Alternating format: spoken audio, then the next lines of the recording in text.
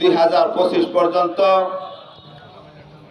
এই ফখরুদ্দিন মঈনুদ্দিন যে ফসল অবৈধ গণতন্ত্রহীন সরকার তৈরি করে দিয়ে গেছিলেন, সেই স্বৈরাচারী সরকার, খুনি সরকার শেখ হাসিনা উচ্ছেদ হয়েছেন এবং আজকে যিনি সারা বাংলাদেশে ন্যায় আপোষের নেত্রী শহীদ প্রেসিডেন্ট জিয়াউর রহমানের স্ত্রী, তিনবারের সাবেক প্রধানমন্ত্রী, ভারপ্রাপ্ত চেয়ারম্যান তারেক রহমানের মা, আমরা যারা বাংলাদেশের আপময় সাধারণ জনগণ যারা বিএনপি করে আমাদের মার আজকে 81তম জন্মবার্ষিকী। ভাইয়ের আমার, আজকে আমরা 17টি বছর আমার মায়ের জন্মবার্ষিকী করতে পারি নাই।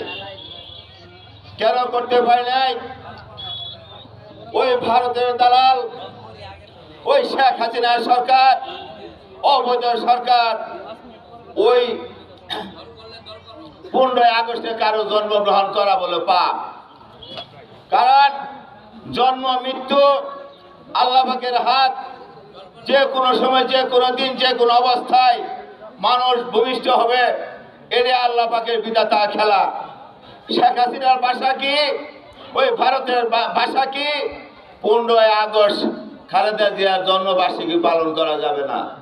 আল্লাহ পাকের কত নিয়ামত রহমত। আজকে যে সরকার ছাত্র বৈষম্য থেকে শুরু করে যারা আপনার এই 15টি বছর আমরা সংগ্রাম করেছি, যুদ্ধ করেছি, নির্যাতিত হয়েছি, শোষণ হয়েছি, শাসন করেছে আমাদের উপরে। ভাইয়ের আমার, তাই আপনাদের কাছে আমি একটা অনুরোধ করে বলতে চাই, আমি জানি পশ্চিম এলাকা বিএনপির ঘাঁটি, তবে আরেকটি কথা আমি এই চর্চার বলে যাচ্ছে, আমার ইউনিয়ন বারশালা ইউনিয়ন, আমার বিরুদ্ধে আতিউর রহমান আতিক 16টি মামলা দিয়েছে, 18 মাস আমার জেল খেটেছে। আপনার 3বার আমাকে রিমান্ড নিয়ে ফ্যানের সাথে ঝুলিয়ে পিটেছে। আমি 2বার ইন্ডিয়া চিকিৎসা হয়েছি। এখন আমি বিল্ডিং আপনার বিভিন্ন সিঁড়ি উঠতে পারি না। ভাইয়ের আমার, ওই নুসরপুল আতিউর রহমান আতিক কোন সময় ভোটে পাশ করে নাই। ভাইয়ের আমার, 2008 সালে ফখরুদ্দিন মঈনুদ্দিন সেই সময় কামরুজ্জামান সাহেব পাশ করেছিল। এটা সবাই আপনারা জানেন। আরেকটি কথা বলে যাই,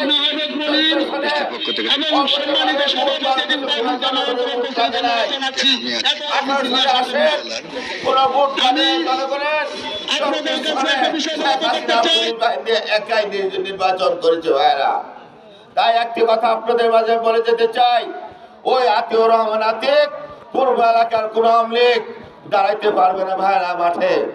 কারণ আমরা রক্ত দিয়ে হলেও, আমাদের মান সম্মান দেওয়া হলেও, আমাদের যিনি চ্যান্সেলর জেফরিন প্রিয়াঙ্কা 18 সনে নির্বাচন করেছিলেন, অনেকে নেতৃবৃন্দ আছেন এখানে।